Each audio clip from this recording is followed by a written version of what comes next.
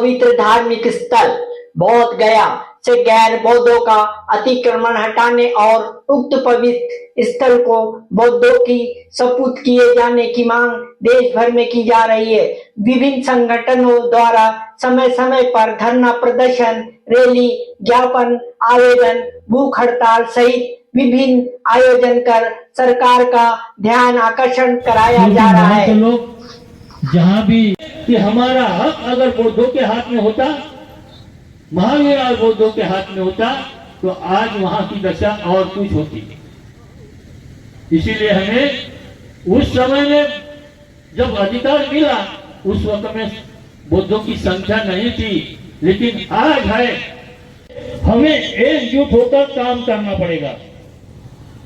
इसीलिए हम गांव गांव जाकर, शहर शहर जाकर एक ही बात बता रहे हैं कि आप एक होकर बौद्धों की संख्या बताइए, सरकार को दिखाइए, ताकि हम अपनी बौद्धों की विरासत को पा सके।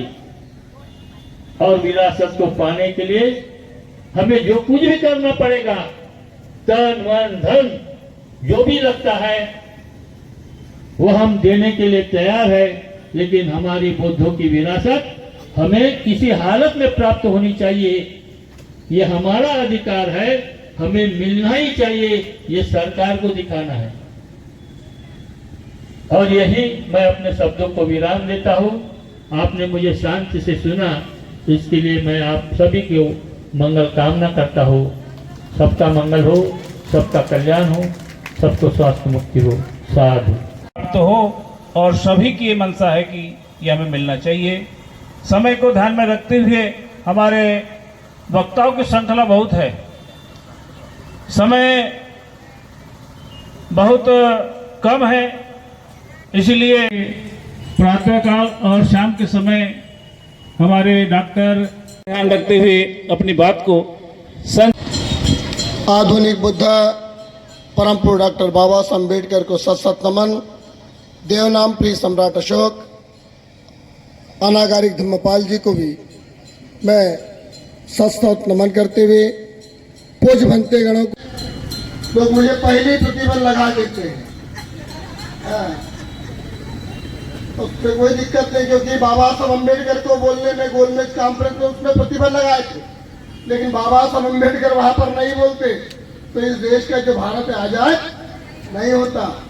कि देश बाबा साहब देश की बुनियाद तो आप नहीं सवार अम्बेडकर नींव की तो कंगूरा भी अम्बेडकर। हमारे साथियों, आज जिस तरह का माहौल नजर आ रहा है और जिस तरह का माहौल आज के परिदृश्य में देखने को मिला है, आजाद भारत में भी हमारी ये दशा, हमारे पूर्वजों का अधिकार है।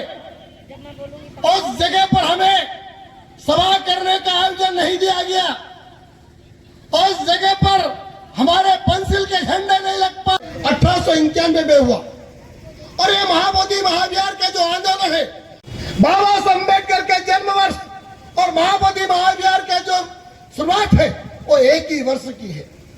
और उसके बाद झगड़ा हुआ, उनको मारपीट किया गया।